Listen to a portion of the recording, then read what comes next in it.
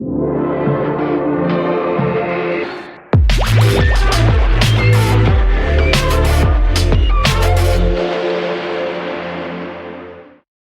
the co-founder and CEO of the Future Project, a US-based youth empowerment organization dedicated to a world in which every young person, regardless of their background or their circumstance, can discover their element and learn to pursue their passion and their purpose and realize their full potential in the world.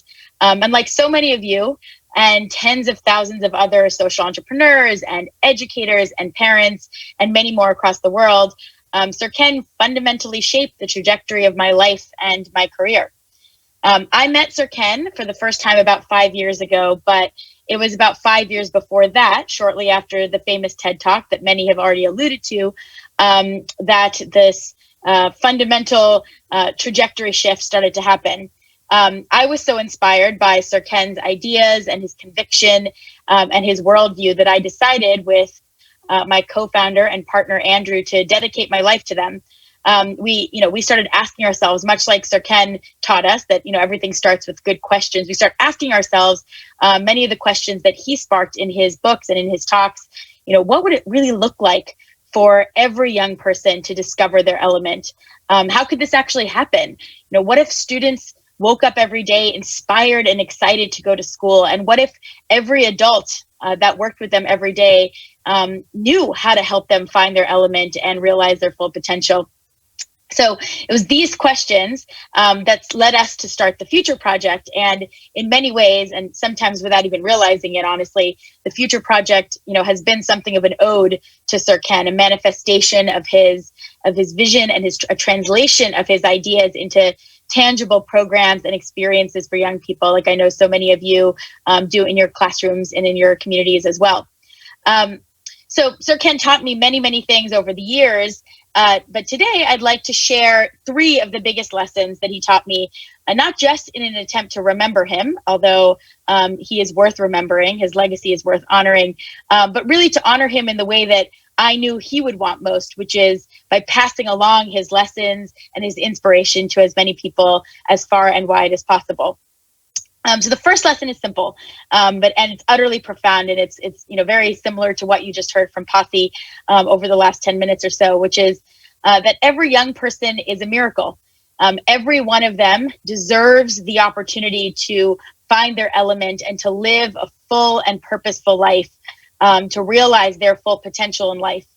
There's a lot, as we all know, especially today, that is broken in the world that's not working. But Sir Ken's vision and work reminded me always that people are whole, that we have everything that we need inside us, that we have the power to create the life, to create the world that we imagine, that we want to see, and that we as a society have an obligation and a responsibility to support young people, to support every child in making sure that they can discover this too, that they know that they have this right and that they can live the life that they want to live and create the world that they want to see. Everything, starts with that belief, in my view. And I know I'm preaching to the choir with this group, but that, that belief that children are not just inherently curious and creative, but that they're extraordinarily powerful. And if we train them and support them and unleash that power and that potential, the world would be an extraordinary place. And every one of them, every person would be able to grow up and live, the life that they want to live, whatever that looks like. So that's lesson 1, and it's the most fundamental one, the most foundational one, and it's one I imagine that all of you watching right now, and again, millions of other people across the world have internalized because of Sir Ken as well.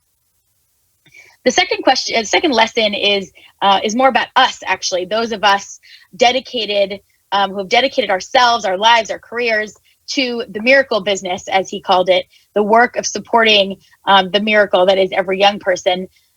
The reality is that there are thousands of adults, tens of thousands, hundreds of thousands across the world in schools and communities who want to serve young people, who are already serving young people in all kinds of different ways. And what Sir Ken, taught me is that we are the system. I think a lot of us think about and talk about how we might change schools and other institutions that serve youth, because they're not always doing it in the way that we believe is most needed and right for young people.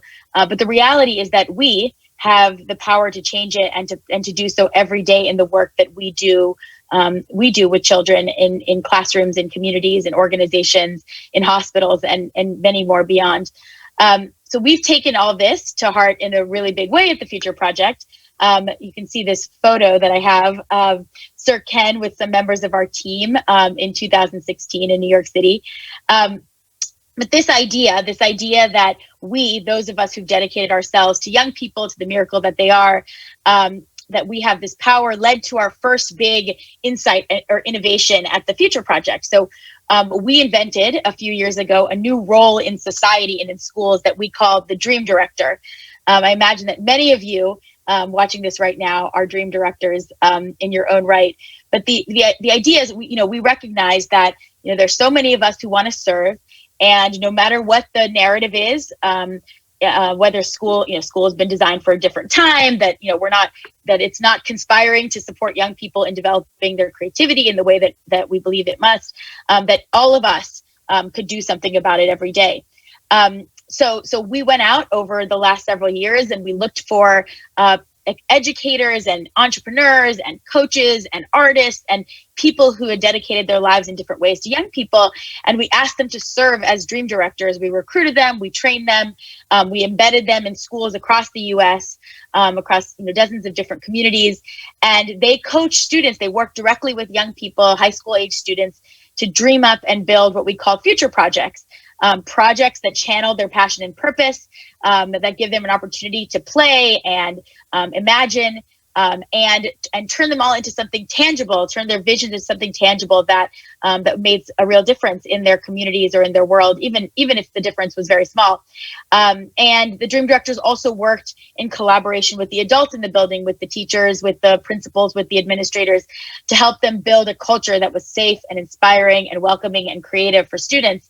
And the reality is that the recognition that there is this group of people, people dedicated to the futures of young people, that Sir Ken had was not just affirming, but it's actually revolutionary in many ways. As HundrED, the organization that we're all here because of, knows better than most the power that exists when we nurture and cultivate the creativity, the imagination, the potential for collaboration among dream directors. And I say that with like a lowercase d, we're all dream directors in many ways, not just the people who worked and work for the Future Project.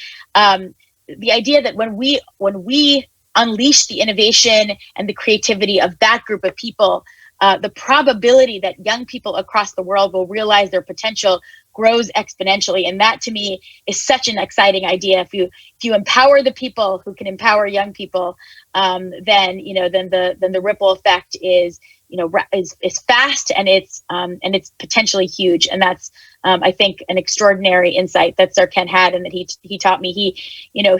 He didn't want us to sit around and wait for someone else to fix the system at the end of the day. Like, yes, he talked to, people in all kinds of positions of power, but at the end of the day, he wanted all of us, each of us, to realize that we have that power and that we are the ones that we've been waiting for, and that we can help young people to find their full potential every day in the work that we do. So that's lesson 2. Finally, lesson 3, which is maybe my favorite of the 3 that I'm going to share because it evokes Sir Ken most as a human being, and makes me think most viscerally about him, which is that we have to walk the talk. Those of us engaging in this work, whatever role we're playing, we have to discover our element. We have to realize our potential. We have to tap into our imagination, into our creativity, into our power to be innovators every day. In fact, it's interesting. The first time I met Sir Ken, I have another picture here to show you. The first time I met him was not even in the context of education.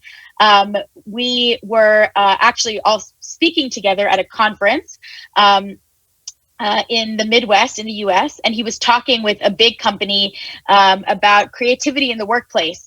And the audience was just captivated by the idea that no matter their roles, whether they were, selling mortgages or whatever, they had the power to be creative and to be innovators and to make change in their workplace. And that idea that we could all be innovators and be creative no matter what role we were taking on in the world, has been really important to me actually as a leader and as a person creating a culture within the Future Project and in other communities that I'm in, that we had to sort of take our own medicine. That what we were trying to instill in young people had to be instilled in ourselves. And as Lasse mentioned, the pandemic was a big catalyst for sort of the wake up call that we all need that we can be innovators, that we must be innovators. We must bring imagination to our work every day.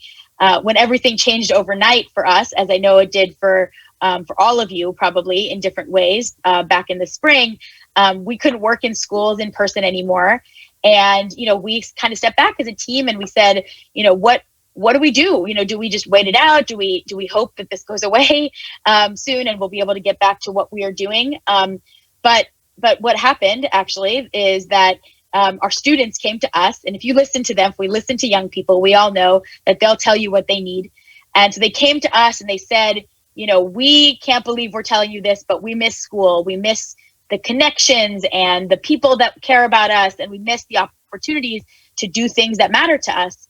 And so, we realized that the only thing we could do was to try to rise to the occasion and try to bring our creativity as a team to the work in a whole new way. And so that's what led us to launch Future Live, this new virtual offering for young people. We see it as a digital empowerment platform. We're trying to do what we did in schools, but in a way that, actually can be much more accessible to young people over time.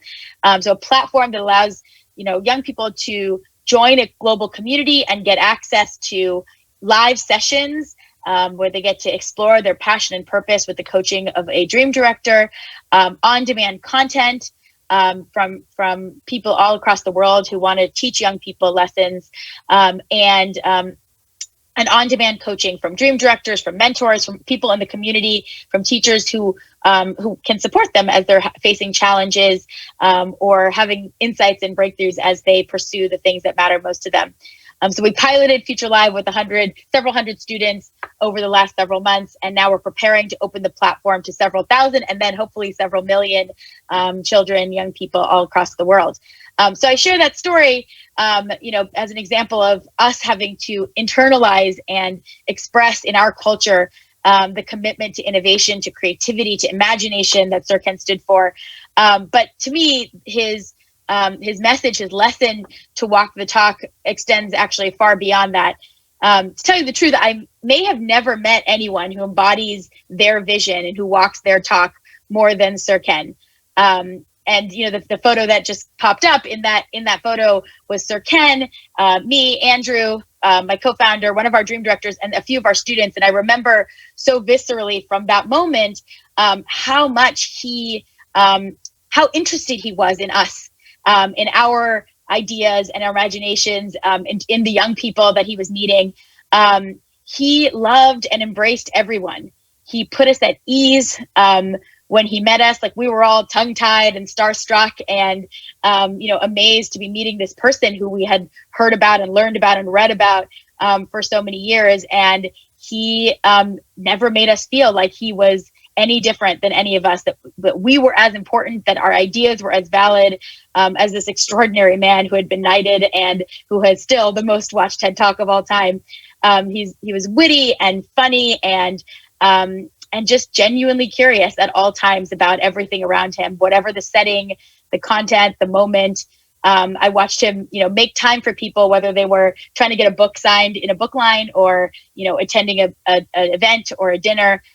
He treated all of us, especially those of us who were doing this work, who were in the miracle business, as he said, as people who were worth listening to and interacting with, no matter how busy he was.